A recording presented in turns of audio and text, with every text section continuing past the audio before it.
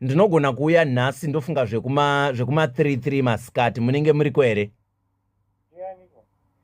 Nditafi handifunga kuti munombondiziva kuuya nazvo. Hamuna kuudzwa kuti Tafi ari kuuya?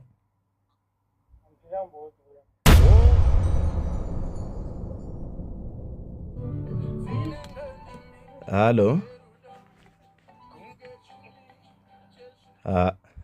Halo.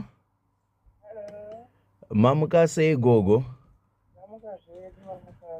Tamuka edu, sorry nezuro handinazokwanisa kuuya ndakanzi ndiuye nezuro.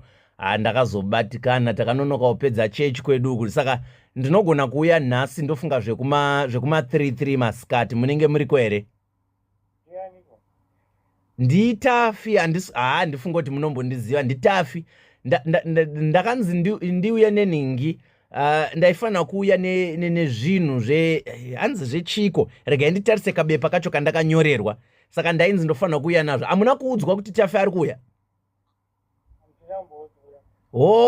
Ndainzi ndikuigirei zvinhu hanzi zvenhengerikini. I think zvinenge zvainzi ndezvekumunda. Regai ndigotarisa kapepa kacho kuti kakanyorwa kunzi chii. Ndakatumwa ndichinzi ndiendeka kunhingirikini naPerezi. Ayo ndainzi zvinhu zvainzi ndiuye nazvo kuMebhoreni. Handisi kuziva kuti zvakanzi zvekumunda. Regai ndigoverenga kabepa kacho. Ndiri kukashaya kuti ndakakaisa papi. Ndenge ndakakaisa muwallet mangu.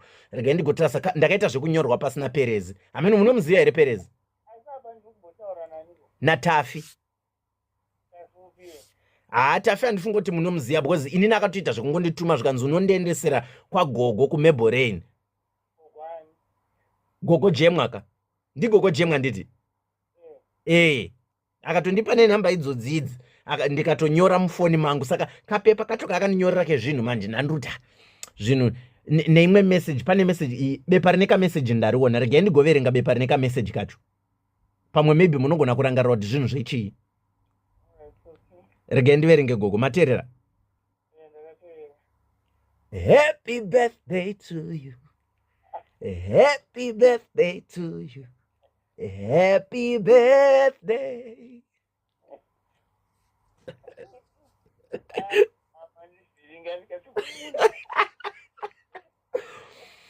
Happy birthday gogo.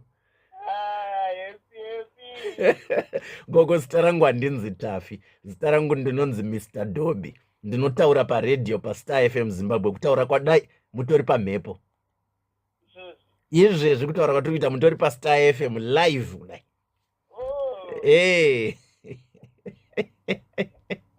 Message yekuti gogo vane birthday ndaipiwa naRain.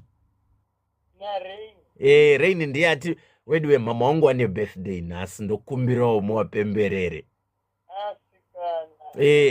Abva anyora message paWhatsApp yedu yeStar FM, vaanyora zvikanzi wishing her many more healthy years to come. This is from her third son Rain Jemwa in Waterfalls. Akurangarirai mangwana nanu.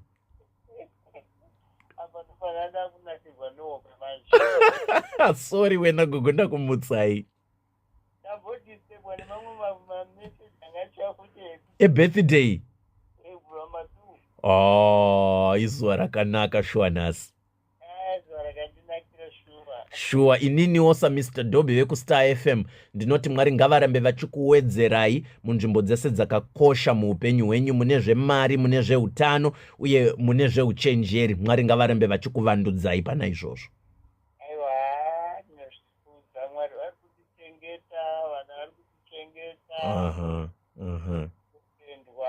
Ichokwadi. Aiwa, tinotenda gogo, muwe nezuva rakanaka Mwari vakuitirei.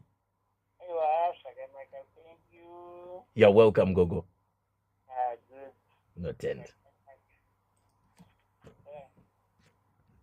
That was Gogo Jemwa right here on The Breakout on Birthday Prank Messages on Star FM Zimbabwe. This is The Breakout on Star FM.